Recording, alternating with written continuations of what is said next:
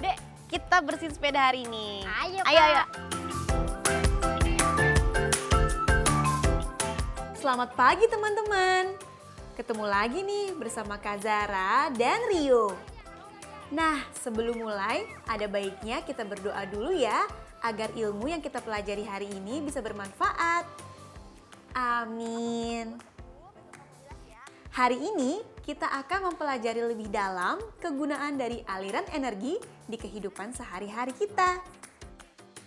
Sebelumnya, Kak Zara ingin bertanya nih, siapa yang mencuci baju di rumahmu? Perlu diingat lagi ya teman-teman, kalau kita harus belajar untuk menghemat air. Bagaimana sih caranya? Yang pertama, gunakanlah air secukupnya sesuai kebutuhan kita. Matikan keran jika selesai dipakai. Kemudian, kita bisa menggunakan air bekas cucian beras untuk menyirami tanaman. Dan yang terakhir, kita bisa menampung air hujan untuk menjadi cadangan air.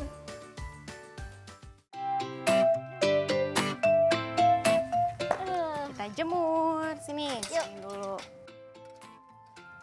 Nah, coba kita ambil, ayo. Ayo. Bajunya ada yang mana? Nah, Nih. yuk jemur. Selanjutnya, di manakah kalian mengeringkan baju-baju setelah dicuci? Tahukah kalian jika proses penjemuran pakaian merupakan upaya memanfaatkan energi? Energi yang dimanfaatkan adalah energi panas. Panas dari matahari menjadikan air yang berada di dalam pakaian menguap, sehingga pakaian menjadi kering.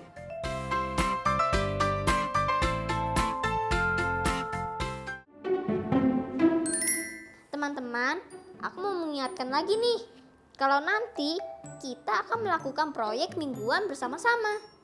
Hari ini kita akan memasak.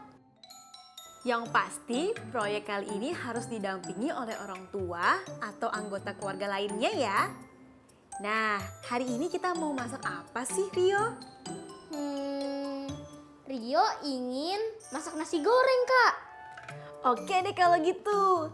Tapi sebelum mulai memasak, kita dengarkan dulu yuk cerita yang berjudul Membuat Apam. Selamat menyaksikan. Selamat menyaksikan teman-teman.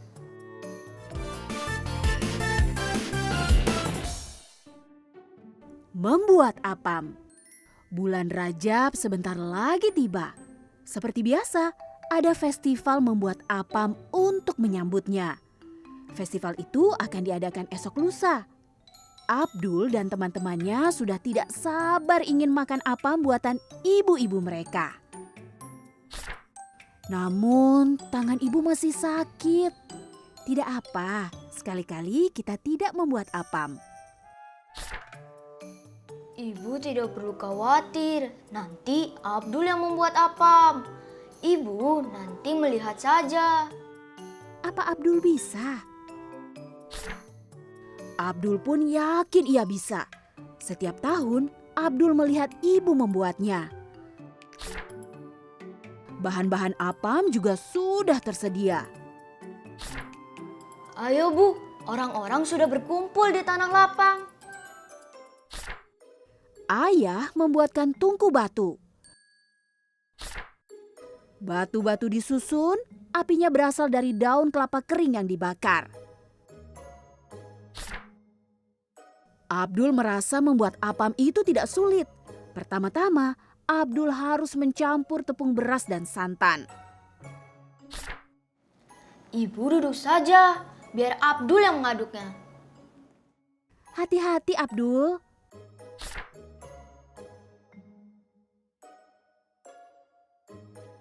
Abdul, pelan-pelan.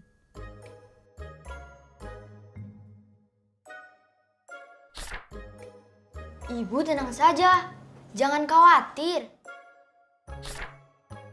Oh, kenapa adonan tidak menetes lagi? Itu bagus, berarti adonan sudah mengental. Sekarang tutup agar cepat matang ya. Abdul harus menunggu apam matang.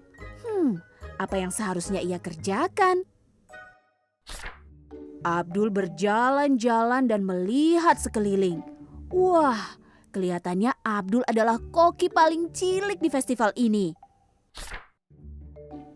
Tiba-tiba, wah, bau apa ini? Gosong. Jangan khawatir, Abdul akan membuat lagi. Membuat apam itu mudah kok. Lihat, Abdul berhasil membuat 10 kue apam. Meskipun sebagian apamnya gosong, Abdul tidak khawatir.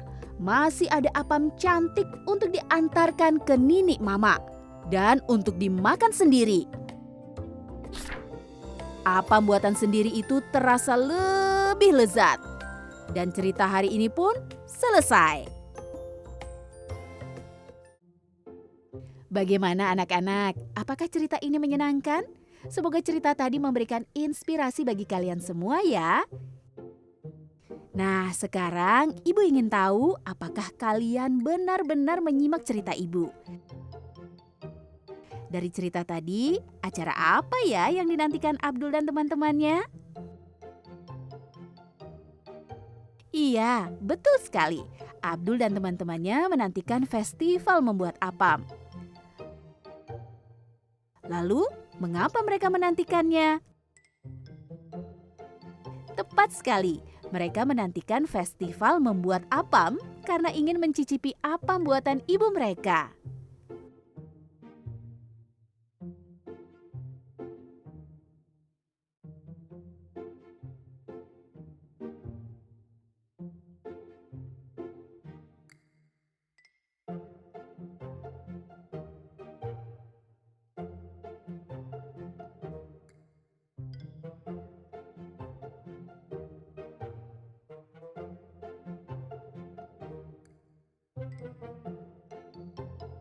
Pertanyaan pertama, mengapa Abdul menggantikan ibu membuat apam? Pertanyaan kedua, apakah Abdul sudah pernah membuat apam sebelumnya? Apa yang membuatnya yakin berhasil melakukannya? Pertanyaan ketiga, menurutmu apa yang paling disukai oleh Abdul dari kegiatan membuat apam? Sudah tercatat semua kan? Kalau begitu, Ibu pamit undur diri ya.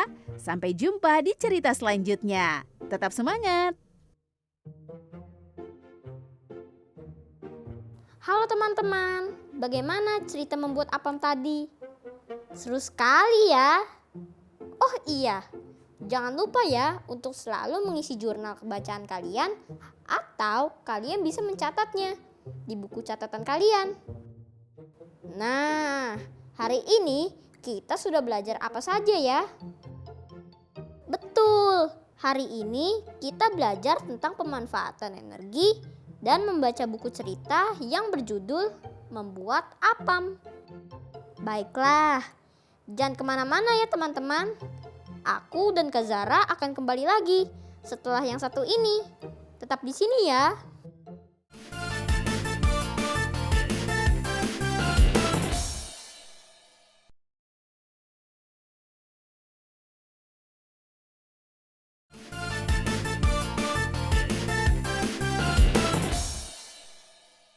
Nah, Rio, sekarang kita akan kembali mengukur minyak dengan gelas ukur. Kali ini apalagi yang mau diukur, Kak? Nih, di depan kita sudah ada gelas ukur. Kita akan mengukur volume minyak dari satu gelas ukur yang kemudian dituangkan pada gelas ukur lainnya dengan volume yang sama. Seperti ini. Sebuah gelas ukur berisi 100 ml minyak goreng, kemudian dituangkan pada dua gelas ukur lainnya dengan volume yang sama. Nah, menjadi seperti ini. Berapa mililiter volumenya? Perhatikan ya, gelas ukur ini berisi 100 ml minyak. Permukaan minyaknya ada pada garis keempat. Jadi, bentuk pecahannya adalah 100/4 sama dengan 25 ml. Artinya, satu garis bernilai 25 ml. Jadi, sebuah gelas ukur yang berisi cairan minyak sebanyak 100 ml jika dibagi dalam dua gelas ukur dengan volume yang sama seperti ini.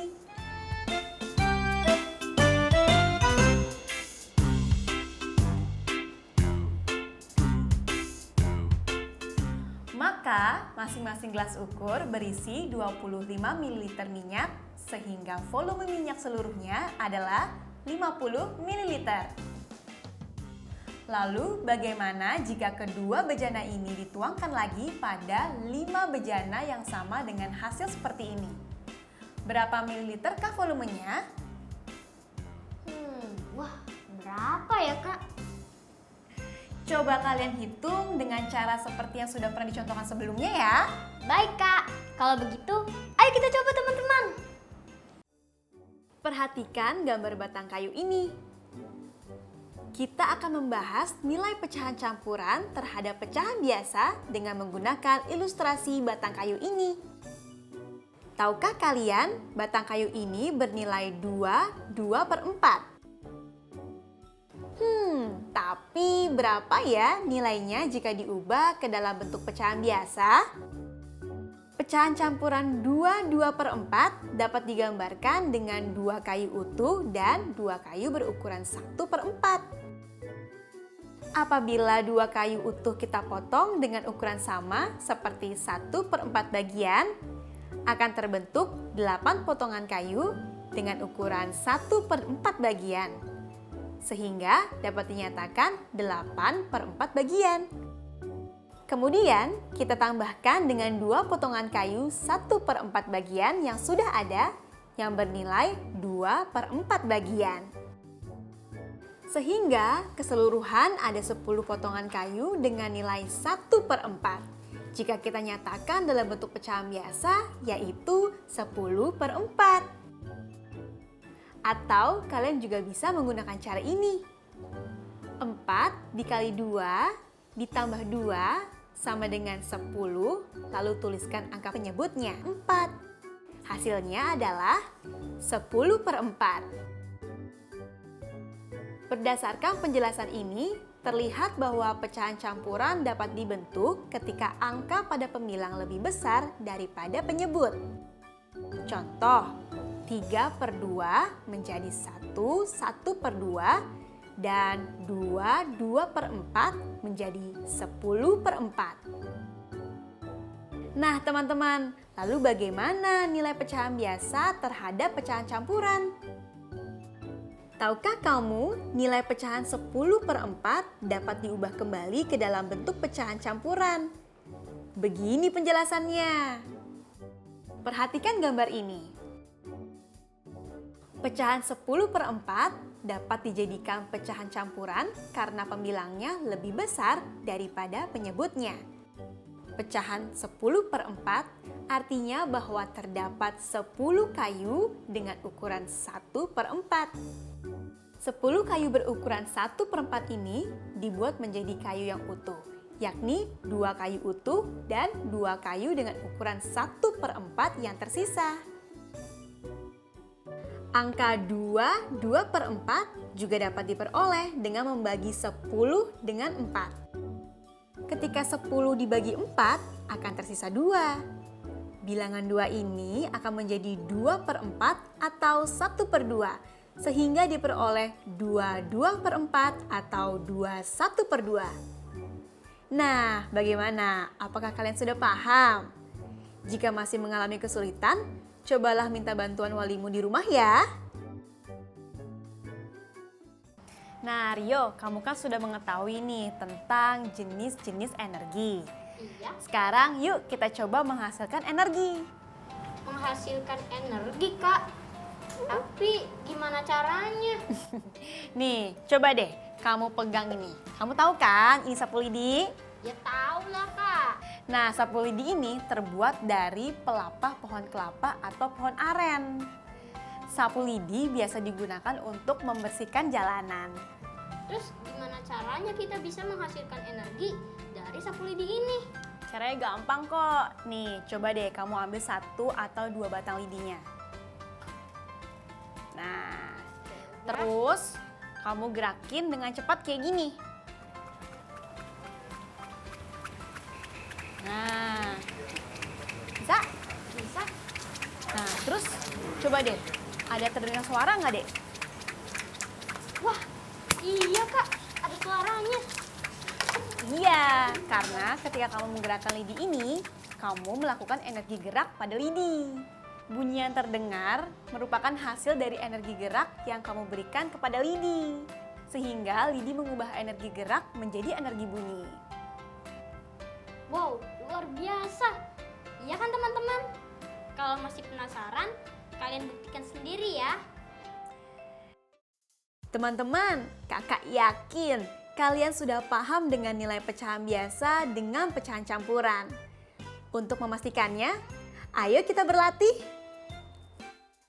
Soal pertama, ubahlah pecahan 7/4 menjadi pecahan campuran. Soal kedua, ubahlah pecahan 5 3/4 menjadi pecahan biasa. Mudah bukan? Selamat berlatih. Jangan ragu untuk minta bimbingan walimu di rumah ya. Minta tolong mereka untuk mengecek jawaban kamu. Teman-teman kelas 4 di rumah, kalian masih ingat kan dengan cerita tentang Kinu yang membuat kue? Iya, dari bahan makanan mentah yang disiapkan, Kinu melihat perubahan tekstur dan bentuk yang berbeda setelah kuenya matang. Hal itu terjadi karena ada perubahan kimia, yaitu perubahan suatu zat yang menghasilkan zat baru. Nah, kalian ingin melihat perubahan kimia itu secara langsung kan? Aku mau Kak. Kita akan melakukan proyek minggu ini kan? Iya dong, kita akan memasak. Untuk proyek masak ini, kami memutuskan akan memasak nasi goreng. Bagaimana dengan teman-teman di rumah? Apapun yang akan teman-teman masak, teman-teman harus meminta bimbingan orang tua atau anggota keluarga lainnya ya. Iya, seperti aku yang ditemani Kak Zara. Yap, betul banget. Oh iya, kalian jangan lupa untuk mencatat alat-alat yang akan digunakan untuk memasak, beserta juga dengan bahan-bahannya. Untuk proyek kita, bahan-bahannya seperti ini teman-teman.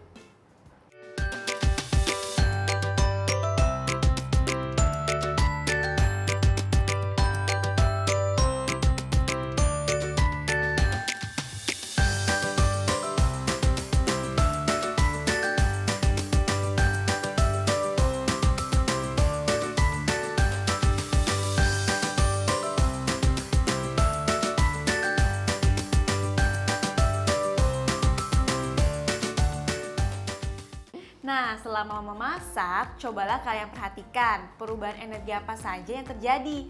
Lalu catatlah perubahan energi yang terjadi dari setiap bahan makanan yang digunakan. Teman-teman tidak harus mencatat semua bahannya ya kan Kak? Iya, betul banget. Yang penting disesuaikan dengan kebutuhan persiapan memasak kamu. Nantinya catat juga ya, apakah proyek ini berhasil atau tidak dan berikan juga alasannya. Setelah memasak, aku akan membagikan hasil laporannya kok. Iya, supaya dapat dicontoh oleh teman-teman di rumah. Gak perlu berlama-lama lagi nih, langsung aja yuk kita memasak. Yeay!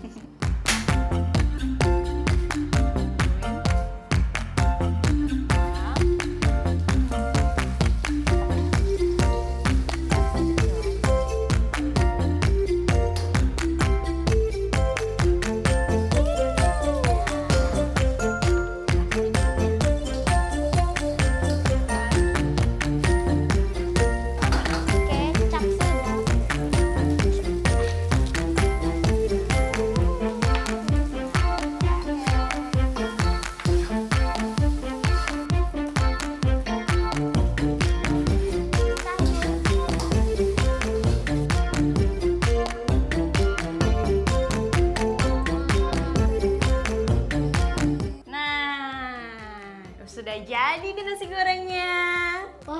Kelihatannya enak tuh, Kak.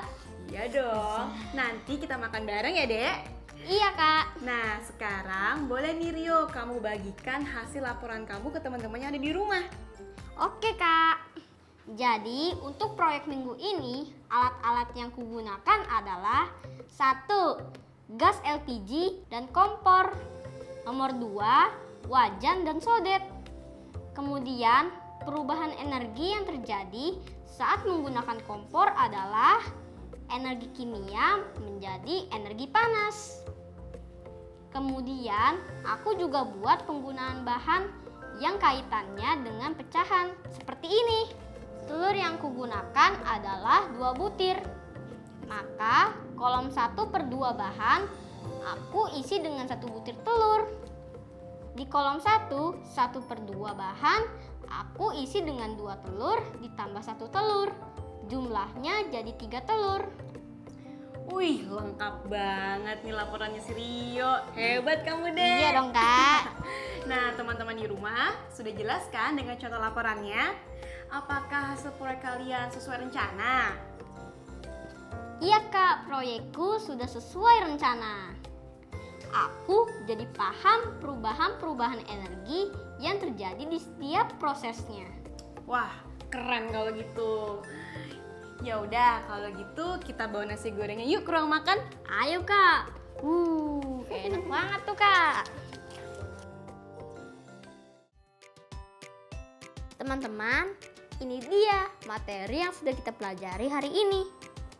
Jangan lupa untuk kembali diulas ya bersama teman atau keluargamu.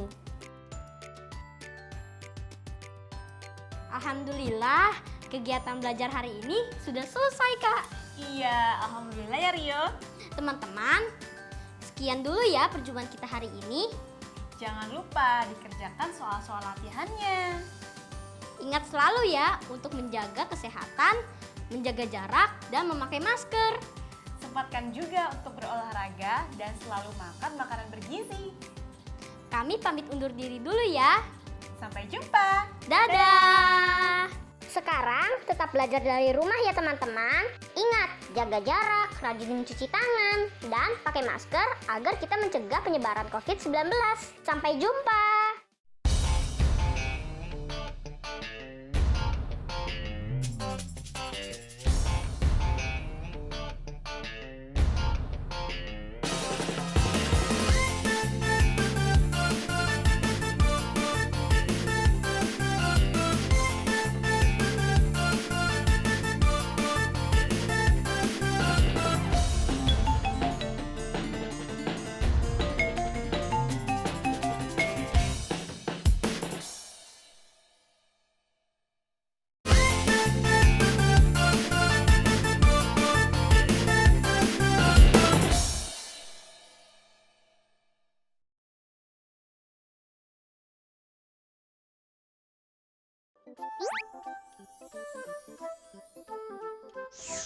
Halo sahabat Dikbud, di masa kebiasaan baru seperti sekarang ini, ingat selalu pesan ibu.